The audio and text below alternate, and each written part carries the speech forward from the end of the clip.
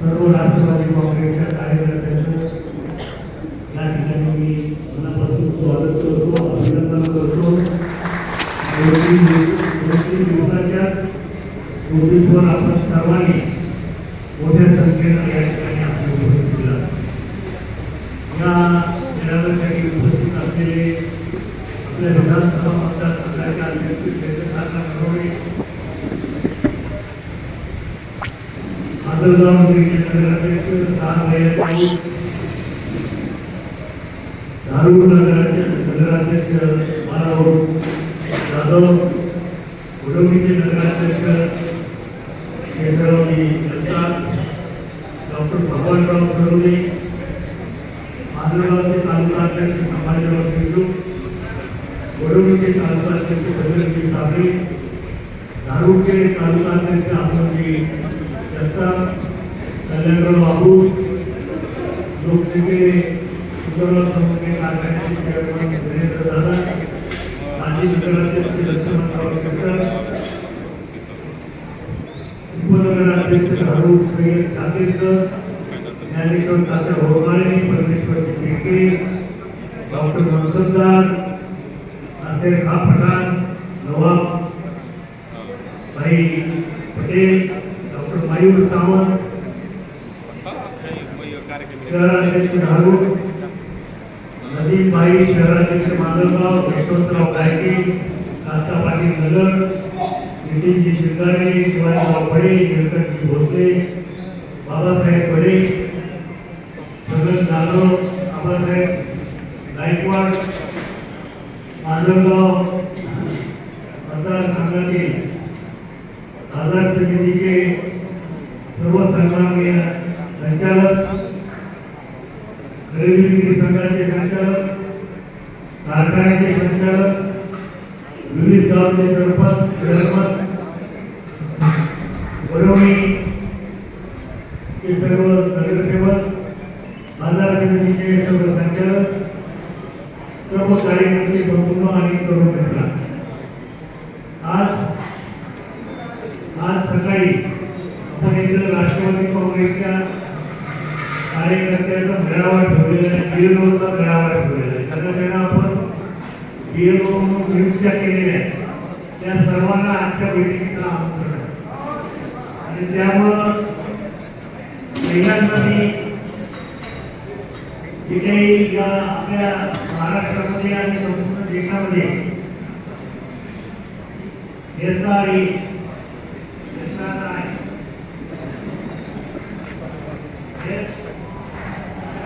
Special review मतदार याद्याचं पुनर्निरीक्षण निवडणूक आयोगाच्या मार्फत हा काही कार्यक्रम आहे, तो आपल्या कार्यकर्त्याच्या दृष्टीने अतिशय महत्वाचा आहे. कारण आपल्याला ग्रामपंचायतच्या निवडणुकीपासून ते लोकसभेच्या निवडणुकी,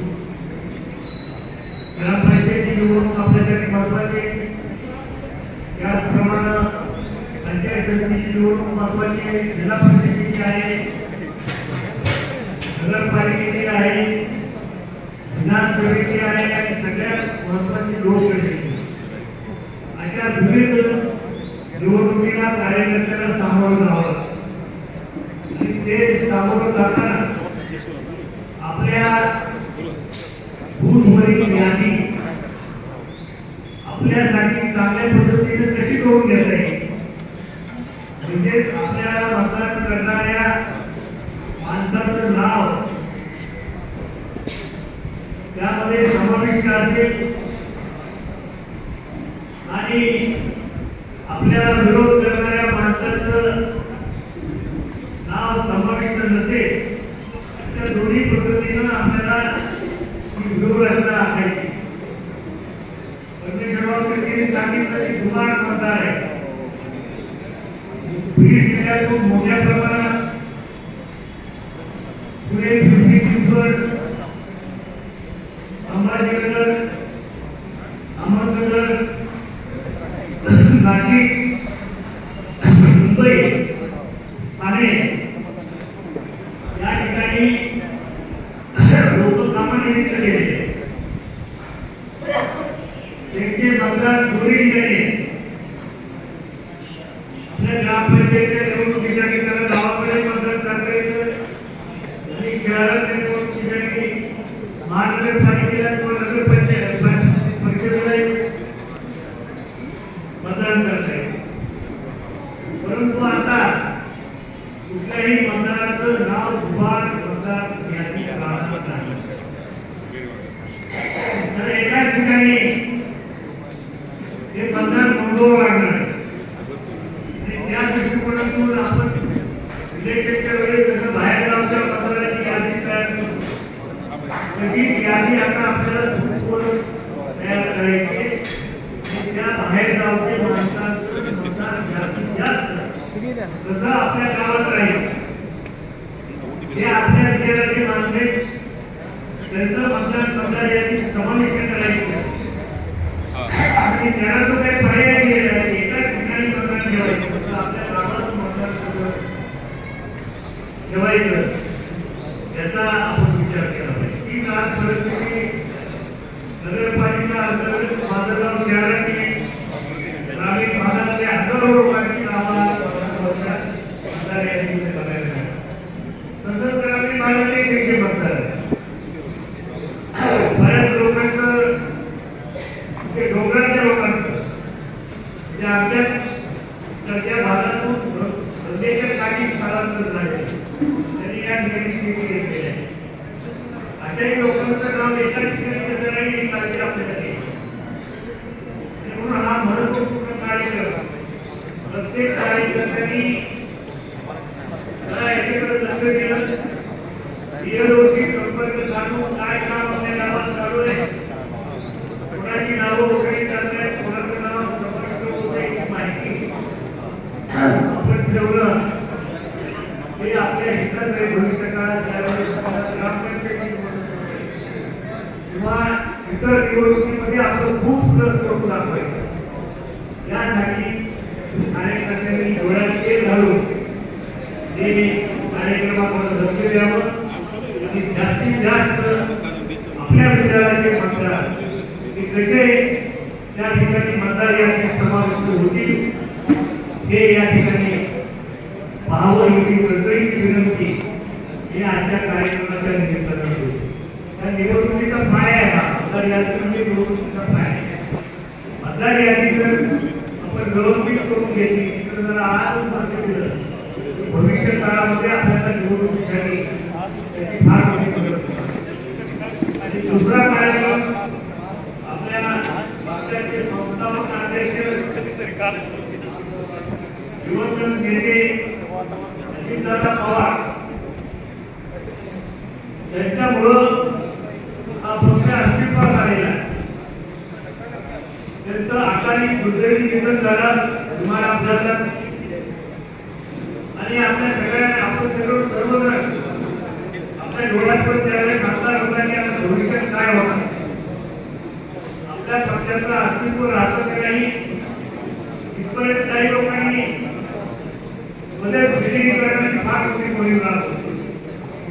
परंतु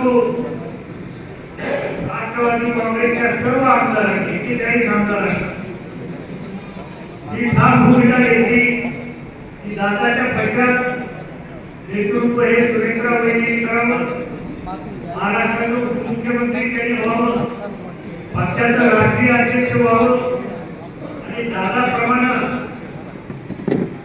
ज्याप्रमाणे कार्यकर्त्यांना आधार देत होते, आमदारांना आधार देत होते, सर्वसामान्य जनतेला आधार देत होते, याप्रमाणे आपल्या पक्षाचा कार्यक्रम पुढे चालू राहावा.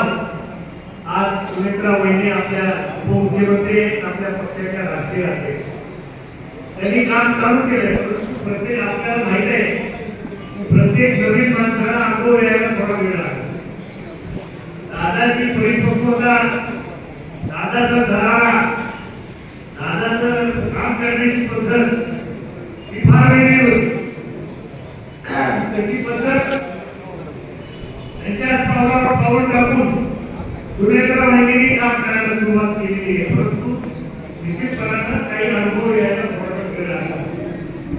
तरी पण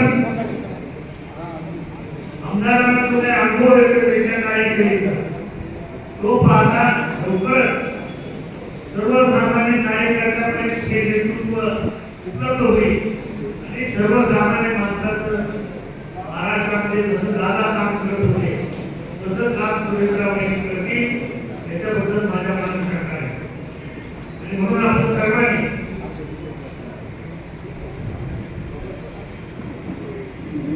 दुर्दैवानं आपल्याला दादाची पहिली जयंती साजरी करण्याची वेळ आहे. आपण दरवर्षी दादाचा वाढदिवस साजरा करतो, परंतु आता जयंती साजरी करावी लागते. परंतु दादा आयुष्यभर ज्या कारणासाठी झगडले, दादाची शिस्त महाराष्ट्रात आली वेगळी होती. दादांना स्वच्छता आवडत होती, दादांना वृक्ष लागवड करणं आवडत होतं आणि दादांना सर्वसामान्य माणसाचं काम करणं आवडत. त्याच्यातूनच त्यांनी पक्ष बांधला होता. त्यामुळं दादाला जे काही आवडीचं गोष्ट आहे स्वच्छता आणि वृक्ष लागवड आणि गोरगरिबांना मदत, हे 3 कार्यक्रम आपण आपल्या हातामध्ये घेतले. 6 महिन्यांनी सांगितलं की बाळासाहेब जाधव असतील, शिशुराव असतील या 3 नगरपालिका यांनी स्वच्छतेचा कार्यक्रम 10 दिवस राबवायचा. हे 3 शहर अतिशय स्वच्छ आणि सुंदर या ठिकाणी करण्याचा निर्धार त्यांनी केला. तसंच प्रत्येक सरपंचाने, प्रत्येक प्रमुख कार्यकर्त्याने आपलं गाव कसं स्वच्छ होईल, आपल्याला वृक्ष लागवड कशी करता येईल आणि सर्वसामान्य जनतेला कसा दिलासा देता येईल. मग एखाद्याचं रेशन कार्ड काढणं असो, एखाद्याला निराधार योजनेचा लाभ देणं असो, एखाद्याला पंचायत समितीचं काम करणं असो, तहसीलचं काम करणं असो, सर्वसामान्य माणसाला किमान 50 जणांना आपल्या गावाच्या कसा दिलासा देता येईल आपल्याला.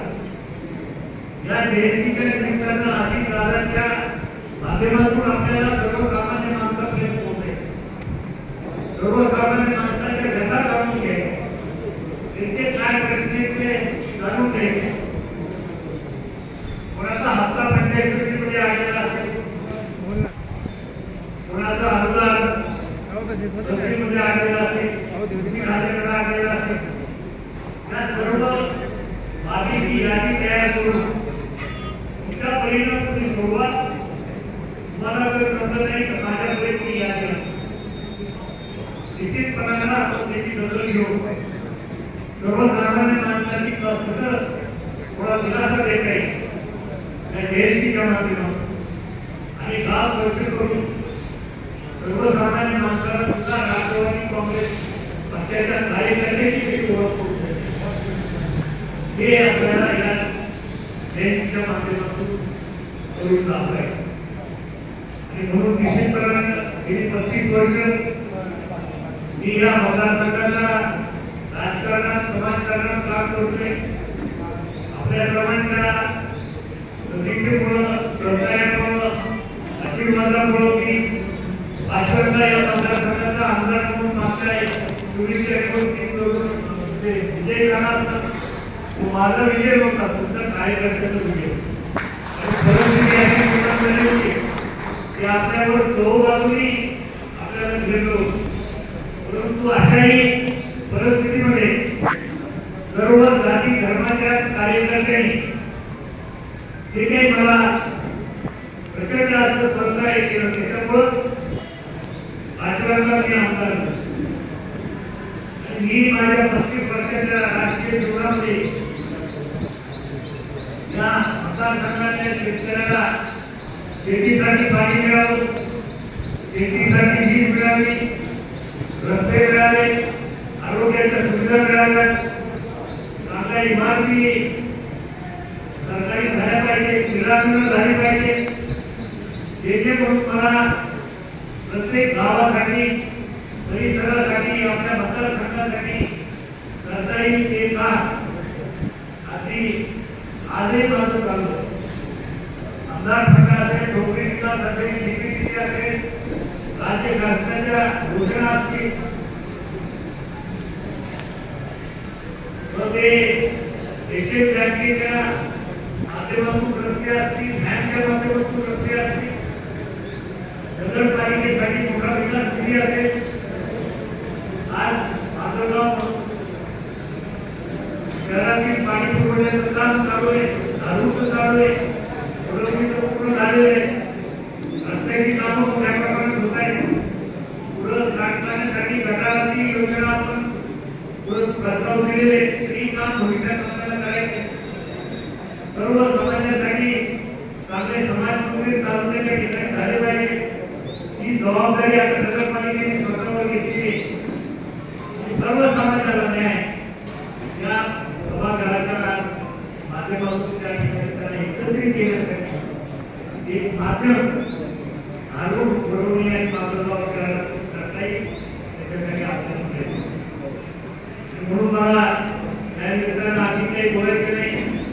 सर्व कार्यकर्त्यांनी या बैठकीतून जाताना तिथे काही 2 कार्यक्रम मी या ठिकाणी तुम्हाला सांगितलेले. त्याच्यामध्ये मतदार यादीची पुनर्निरीक्षण करण्याची मोहीम आणि आपले स्वर्गीय नेते अजितदादा पवार यांची जयंती सप्ताह, आपल्याला 1 दिवसाची जयंती करायची नाही, 7 दिवस कमीतकमी आपापल्या गावामध्ये काम करून चांगल्या पद्धतीनं त्याचं चित्रीकरण करा, फोटो काढा त्या कामाचे आणि आपल्या सोशल मीडियाच्या यंत्रणेकडे ते पाठवा. आहेत आपले सोशल मीडियाचे माणसं आहेत, सोन्या सोळंकी आहे, आदिनाथ आपला या ठिकाणी आदिनाथ पिंपळे एवढं आपलं सोशल मीडियाचं काम बघतात, माझ्या फेसबुकचं काम बघतात. तुम्ही केलेल्या कामाचे फोटो याच्याकडे जर अपलोड केले तर मी माझ्या फेसबुकवर त्याच्यामुळे प्रत्येक कार्यकर्त्याला माझी विनंती की हा आपला कार्यक्रम आहे, आपल्या नेत्याचा कार्यक्रम आहे हे समजून